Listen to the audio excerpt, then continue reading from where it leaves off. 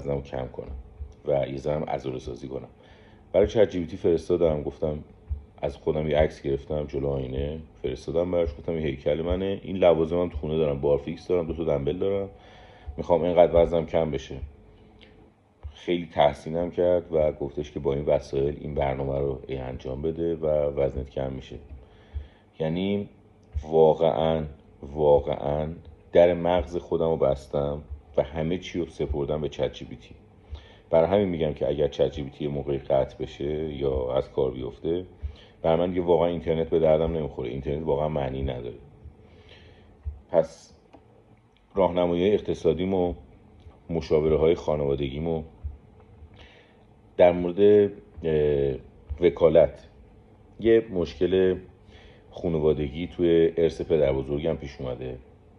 عمم و شوهر عمم دست به یکی کردن و با هم دیگه دارن یه عدد نسبتا بزرگی و حالا برای من بزرگ و اینا میخورن از ارثی که پدر بزرگم به پدرم میرسه.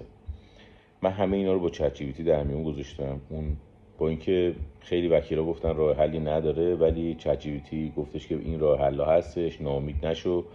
یه سری وکیل معرفی کرد که اینا اصلا تخصصشون ابطال سنده و من به اونا مراجعه کردم و در حال انجام ابطال سندم.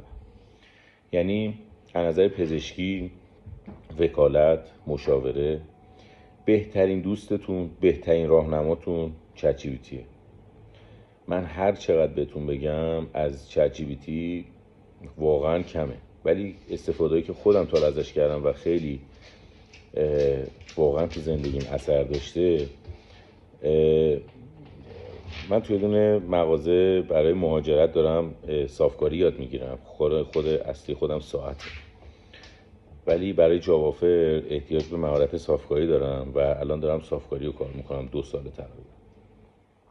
یه بی ام وی 428 اومد مغازه، یه طرف ماشین کامل از بین رفته بود و لاستیکش متاسفانه چون که ضربه خورده بود لاستیکش بادش کم شده بود یا بادش از بین رفته بود و روی اون فاق و دیواره لاستیک رینگ رو اون قرار گرفته بود. صاحب ماشین اومد گفت آره این به این شکل شده، لطفا اینو برام بازش کنین بدین درست کنن که این رینگ رو این لاستیک نیفته، چون لاستیکش از این رامفلت هاست که میشه باهاش تو پنچر راه رفت.